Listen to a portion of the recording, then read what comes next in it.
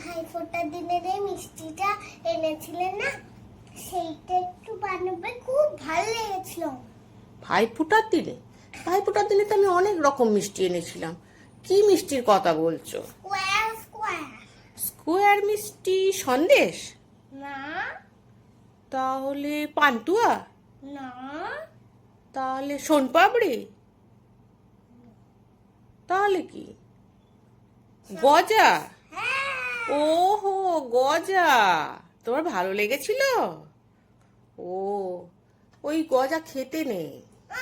খাবই, গজা খুব আনহেলদি খাবার। আমি খাবই। হুম, খুব ভালো লেগেছিল। না, গজা খেতে নেই। তোমাকে একটু ভালোবাসবে না? না খাবো, না খাবো, না খাবই। না না, খেতে নেই ওই খাবার। গজা ভালো না খাওয়া। খাবই গজা। খাবেই? ঠিক আছে, অতবার বলছো যখন একবার বানিয়ে দিই। আর কিন্তু বলবে না, ঠিক আছে? ওই খাবার বেশি খেতে নেই, কেন? আনহেলদি খাবার। হুম। বাড়িতে করছি তো। বাড়িতে করলেও কি, তেল ময়দা চিনি সবই তো হয়, ওটা তো ডিপ ফ্রাই। থাক, গজাই তো, বাড়ির তো মিষ্টি। বাড়ির মিষ্টি বলে কি সেইটা খুব ভালো হয়ে যায়? হ্যাঁ, না, বাড়ির মিষ্টি হলেও তেল ময়দা চিনি এত বেশি থাকলে সেই খাবার খেতে নেই। তাও আমি 100 বার খাবো। বাপ রে বাপ, এত ভালোবাসো গজা খেতে? ঠিক আছে, 100 বার, 100 একবারই কিন্তু। না, 100 বার। না প্লিজ। আচ্ছা আচ্ছা, একবার বানাবো, ঠিক আছে। তুমি আমার সঙ্গে বানাবে তো? তুমি আর আমি, হ্যাঁ? হ্যাঁ, মা কিন্তু বকবে এইসব খাবার বানালে। মাম্মা, হুম, তোরা আমি মাম্মা। ঠিক আছে, একবার বলবো, হ্যাঁ? এই দেখো, এখানে 2 কাপ চিনি নিলাম। হুম, মা, হুম মা, হুম আমি দেখছি। 2 কাপ চিনি নিয়েছি তো। এবার একে 1 কাপ জল দিতে হবে। দেখো, এবার আমি এটাকে বসিয়ে দেব।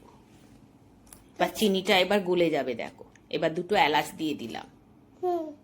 এবার দেখো চিনিটা গলে যাবে। এটা কিন্তু পাতলা রস করলে হবে না, একটু মোটা টাইপের রস করতে হবে। হ্যাঁ মা, পাতলা রস করলে ভালো হয় না, একটু মোটা টাইপের রস করতে যদি হবে। কেউ পাতলা করতে চায়, নাহলে হবে না। এই দেখো, রস হয়ে গেছে।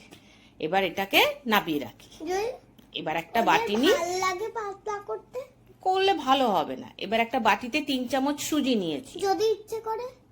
তাও হবে না। এবার একটু জল দিয়ে দিলাম। হুম, এবার সুজিটা ভিজবে।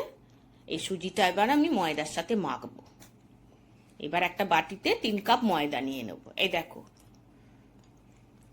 3 কাপ ময়দা নিচ্ছি। 1 2 এই 3। ব্যাস, 3 কাপ ময়দা হয়ে গেল। এবার এতে একটু নুন দেব, অল্প, হ্যাঁ। নুন দিলে গজাটা খেতে খুব ভালো হয়। এবার দেব 1/2 চামচ কালো জিরে। এবার দেব 1/2 চামচ বেকিং সোডা। হ্যাঁ, এবার দেব 3 টেবিল চামচ তেল। আর হ্যাঁ, আর 1 টেবিল চামচ ঘি। এত তেল লাগে? হ্যাঁ, ওই জন্যই তো তোমায় খেতে বারণ করি। এত তেল দিয়ে খায় কেউ? না, ঘি দিলে বেশি ভালো হয়। যদি ঘিটা পুরোটাই 4 চামচ ঘি দিতাম তাহলে গজাটা আরো ভালো হতো। এবার এগুলো মিশিয়ে নি, বুঝেছো? এবার এটাকে ভালো করে মেশাতে হবে। ঘি শেষ হয়ে গেছে বলে তাই জন্য হ্যাঁ, ঘিটা তো শেষ হয়ে গেছে ওই জন্য।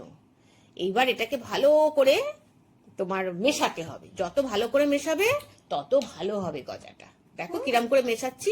মিশিয়ে মিশিয়ে এইরকম একটা ডালা করতে হবে, চেপে হাতে করে চেপে এরকম একটা ডালা করতে হবে। যদি দেখো ডালাটা হয়ে গেছে তাহলে বুঝতে হবে যে ওটা ময়ানটা ঠিক হয়েছে, মেশানো ঠিক হয়েছে। এবার তাতে একটু একটু করে জল দিয়ে টাইট করে একটা ডো বানাতে হবে। সুজিটা দিতে ভুলে গেছি, এবার সুজিটা একটু দিয়ে দিই। পাতলা ডো বানালে হবে না, শক্ত ডো বানাতে হবে। পুরো ইটের মতো? না, ইটের মতো না, একটু শক্ত করে। দেখো কিরকম, এইরকম শক্ত। দেখো এইরকম শক্ত। এইবার এটাকে 10 মিনিটের জন্য ঢাকা দিয়ে রেখে দেবো আমি। তাহলে ময়দাটা ঠিক হয়ে যাবে, সেট হয়ে যাবে। এবার 10 মিনিট বাদে দেখো, এই দেখো, এবার এটাকে আমি গোল করে নিয়েছি রুটির মতন করে। এটাকে বেলেও নেওয়া যায়, আমি হাতে করে গোল করে নিয়েছি, বুঝেছো? এবার এটাকে পিস পিস করে কাটবো। কেন? পিস পিস করে না কাটলে কি করে গজা হবে? এরকম রুটির মতো করে নিতে হবে আগে।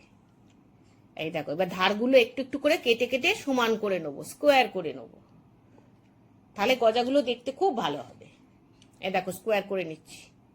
এইটুকুনিগুলো বাদ দিচ্ছি, এগুলো দিয়ে আবার আরেকটা বানিয়ে নেবো। এই তো, এটা যেই কাটা হয়ে যাবে ওগুলো দিয়ে আরেকটা বানাবো।